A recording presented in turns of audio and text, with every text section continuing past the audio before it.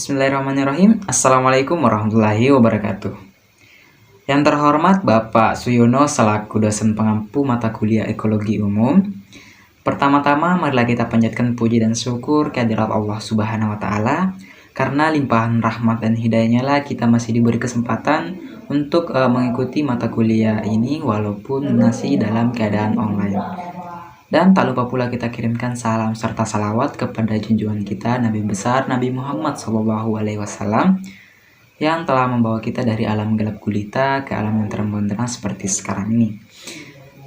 Adapun materi yang akan kami bawakan pada kesempatan kali ini yakni mengenai rusaknya habitat hewan dan rusaknya terumbu karang. Sebelumnya, perkenalkan, nama saya Muhammad Imam Afandi dari 1369 kelas Agribisnis, program studi Agribisnis, Fakultas Pertanian dan Kehutanan Universitas Sulawesi Barat. Dan adapun rekan saya yakni yang pertama adalah Enos Waprilian dan yang kedua adalah Muhammad Aswad. Nah, untuk mengefisienkan waktu, langsung saja kita masuk ke dalam materinya.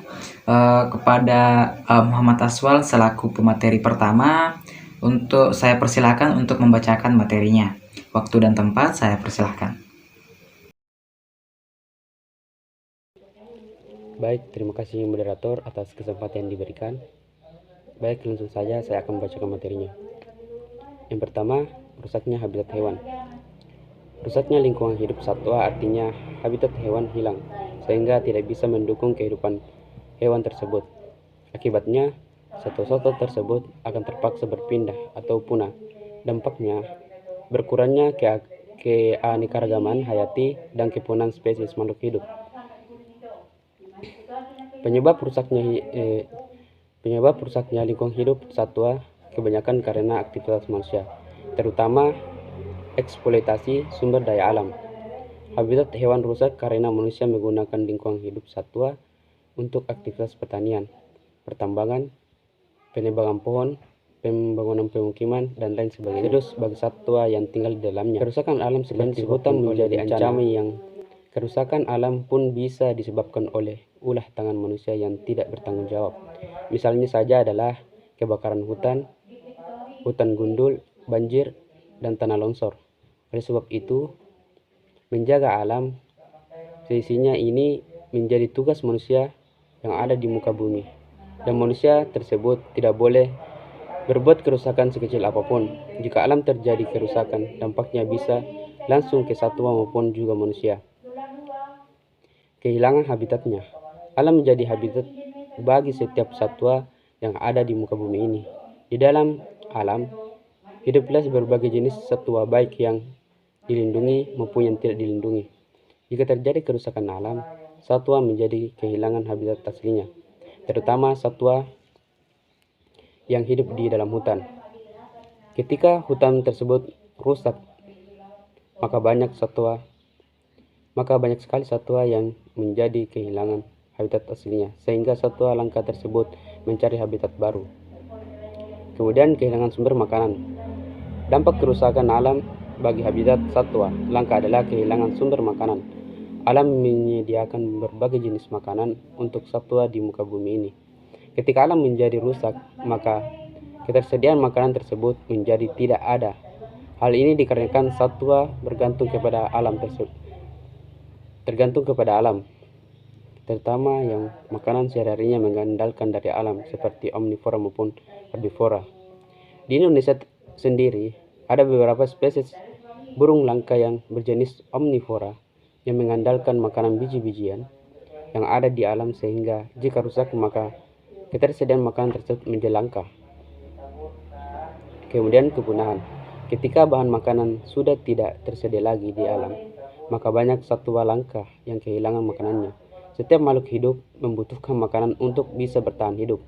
Namun, jika makanan tersebut tidak tercukupi dengan baik, maka satwa tersebut akan menjadi lemah dan bisa menjadi punah.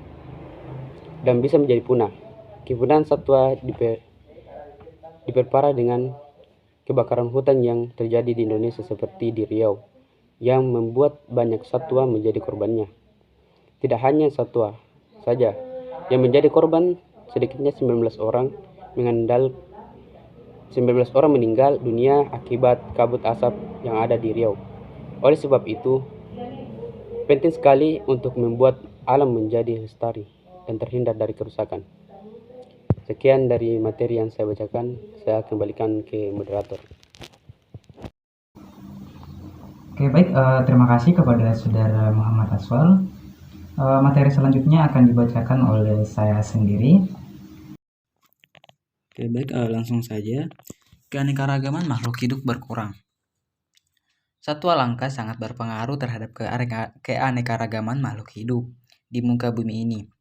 Indonesia terkenal dengan keanekaragaman hayati dan juga makhluk hidupnya, sehingga kerusakan alam yang terjadi terus-menerus, terutama kerusakan hutan, membuat keanekaragaman tersebut menjadi berkurang, bahkan hilang. Perusakan habitat. Dari sudut pandang manusia, habitat adalah di mana Anda tinggal, pergi ke sekolah, dan pergi untuk bersenang-senang. Habitat Anda dapat diubah dan akan dapat dengan mudah beradaptasi. Kebanyakan orang tinggal di beberapa tempat yang berbeda dan pergi ke sejumlah sekolah yang berbeda sepanjang hidup mereka. Tapi tanaman atau hewan mungkin tidak mampu beradaptasi dengan habitat yang telah dirubah. Habitat adalah rumah, alam, atau lingkungan dari suatu organisme. Manusia sering merusak habitat organisme lainnya. Perusakan habitat dapat menyebabkan kepunahan spesies. Kepunahan adalah hilangnya spesies secara lengkap. Setelah spesies punah, tidak pernah bisa pulih. Beberapa cara manusia yang menjadi penyebab kerusakan habitat yang oleh pembukaan lahan dan dengan memperkenalkan spesies tanaman dan hewan non-pribumi. Rusaknya terumbu karang. Adapun penyebab utama kerusakan karang adalah pemakaian alat tangkap yang merusak, peningkatan pencemaran, serta pemanasan global yang memicu pemutihan karang dan diikuti penyakit dan hama karang. Akibat kematian karang, berbagai biota penghuni karang yang bersimbiosis dengan karang ikut menghilang, termasuk ikan komersial kerapu. Menurut Suharsono, frekuensi pemutihan karang yang cenderung semakin rapat dalam beberapa waktu terakhir dapat menambali potensi ancaman pada kondisi terumbu karang. Ini menyusul relatif sedikit atau balikan tiadanya waktu bagi proses pemulihan terumbu karang setelah terkena fenomena pemutihan. Dampaknya adalah penurunan parameter kondisi terumbu karang dan tutupan karang mati meningkat. Akibatnya kondisi terumbu karang menurun dengan dampak negatif, yaitu penurunan spesies, kepadatan dan populasi ikan, serta fauna bentuk terumbu karang. Beberapa hal yang bisa dilakukan untuk menjaga terumbu karang. Yang pertama, mempelajari terumbu karang. Dengan mengetahui banyak hal tentang terumbu karang, kita jadi tahu berbagai manfaat dan betapa pentingnya menjaga makhluk hidup ini. Kita juga bisa mencari informasi mengenai terumbu karang ini di berbagai platform. Kids bisa dari buku-buku, situs online, menonton tayangan edukasi di televisi atau YouTube, dan sebagainya. Kemudian yang kedua adalah aktif dalam kegiatan pelestarian laut. Salah satu cara yang paling efektif adalah ikut serta dalam kegiatan-kegiatan untuk melestarikan laut. Oke, baik, mungkin itu saja yang dapat saya sampaikan. Untuk materi selanjutnya akan dibacakan oleh Enos Aprilian. Kepada Saudara Enos Aprilian, waktu dan tempat saya persilahkan. Baik, Assalamualaikum warahmatullahi wabarakatuh dan salam sejahtera untuk kita semua. Saya atas nama Enos Aprilian akan melanjutkan materi tentang kerusakan habitat hewan dan terumbu karang. Nah, di mana saya akan menjelaskan mengenai cara memelihara terumbu karang. Nah, hal ini dapat dilakukan dengan beberapa cara, diantaranya menjaga kebersihan sungai, pantai, dan laut. Kenapa demikian? Karena sungai mempunyai potensi siklus air yang sangat besar perannya bagi laut dan pantai. Karena ketika sungai tercemar, maka otomatis kehidupan laut juga akan tercemar. Saya ambil contoh ketika di suatu sungai terdapat beberapa sampah. Nah, kemudian sampah tersebut pastinya akan berpindah ke laut yang ada. Nah, kemudian dari laut itu kemudian akan digeser terus oleh ombak sehingga dapat mengakibatkan terumbu karang yang ada itu menjadi rusak. Nah, yang kedua, yang selanjutnya yang bisa kita lakukan untuk melestarikan terumbu karang yaitu dengan tidak memindahkan dan tidak menyentuh terumbu karang. Nah, mengapa demikian?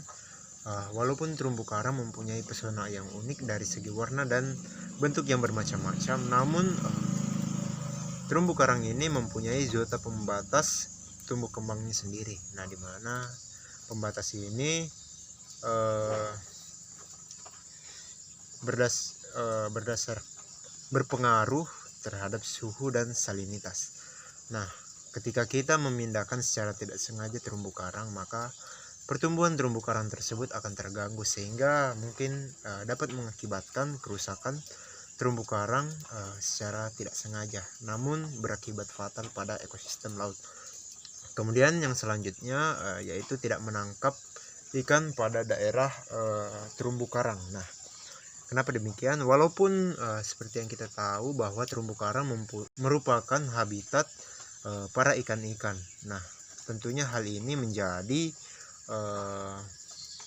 tujuan tersendiri para nelayan ketika ingin menangkap ikan. Namun ada beberapa nelayan dan orang-orang yang tidak bertanggung jawab, di mana dia seenaknya saja mengambil ikan di wilayah terumbu karang dengan melakukan pengeboman. Nah, tentunya hal ini secara langsung akan merusak terumbu karang yang ada serta menyebabkan biota-biota laut yang lain menjadi mati. Nah, dengan demikian sebaiknya kita sebagai generasi muda dan warga Indonesia sekaligus sebagai manusia yang beradab, sebaiknya kita harus melestarikan alam yang ada karena kehidupan kita ini sangat berpengaruh kepada alam. Karena ketika kita secara tidak langsung merusak alam, merusak dan merusak, pasti lama kelamaan alam tersebut akan murka kepada kita. Jangan sampai ini menjadi busur yang mengarah kepada kita sebagai manusia karena kita yang merusak alam itu.